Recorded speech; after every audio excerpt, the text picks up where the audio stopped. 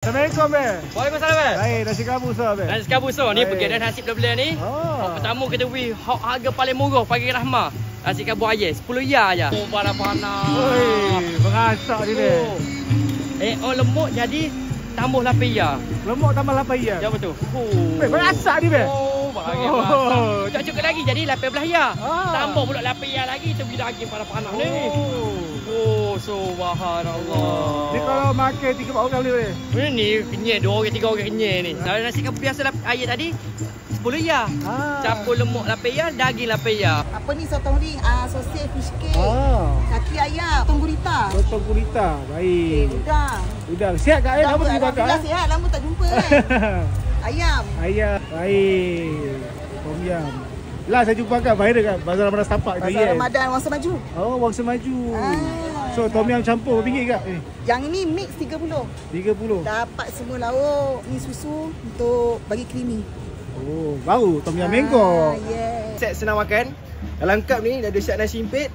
So kita ada 4 ayam, 4 ayam, kita ada 4 daging, 4 daging. kuah kacang yang pekat. Tambah ringgit bang. Minta ya bang. Ini memang Oh, komplit set bang. Abang komplit tinggal set. makan ni bang. Kalau ayam saja ringgit. Ayam RM1.5, daging RM1.8. Biasanya Baik. kita daging kan, daging Batam Pinang. Yang ni kita RM1. Ini RM15 bang, set senang makan. Si kacang hijau, kacang merah, Baik. ada locong sekali. Sagu, bualai, ubi kayu. Waloi ubi kayu. Ubi kayu juga, cuma dia punya design dia Oh, siput. siput. Labu ni rasa labu, kita guna original labu. Tak santan. So makan ni jangan gau-gau makan je lah. Ya, letak bijan bakar. Bijan bakar. Okey, yang ni RM13. Bang, paparan ayam, paparan daging, RM25. RM25 saja. Yang ni? Yang ni best seller kita dah. Ni pizza mix 32, ni daging skewer 42. Boleh makan apa orang be? 2-3 orang bang. 2-3 orang boleh makan. Oh, so gini 42 campur paya tak ni eh? 40 ni bang. Baik be. Pizza. Pizza wagyu skewer. Daging skewer. Pistachio. Kelebab. Oh, kelebab. Yeah. Mantap. Buat coklat kita letak sikit saja. Crispy ball, rangut punya. Biscoff, Oreo. Okay bang, macam ni berapa ringgit je bang? 35. Kek kapas satu bang. Pistachio. Pistachio, strawberry. Dia kira berapa ringgit bang?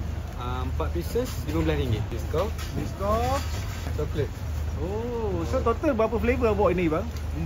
6 flavor. 6 flavor bang. Ni RM15. Baik bang, saya makan dulu. Okay, Okey. bang. Nice, terima kasih. Untuk ruang makan senang je. Dia ada kat tengah-tengah. Kemah antara peniaga-peniaga ni kau dah boleh makan lah kat meja-meja ni semua. So dah makan jangan lupa buang sampah. Bahagian tengah-tengah stage kat sini. So tadi sana enter daripada museum. Parking sana boleh. Yang ni adalah bahagian satu lagi. Yang ni datang daripada depan lah kat Sebab 4 tu.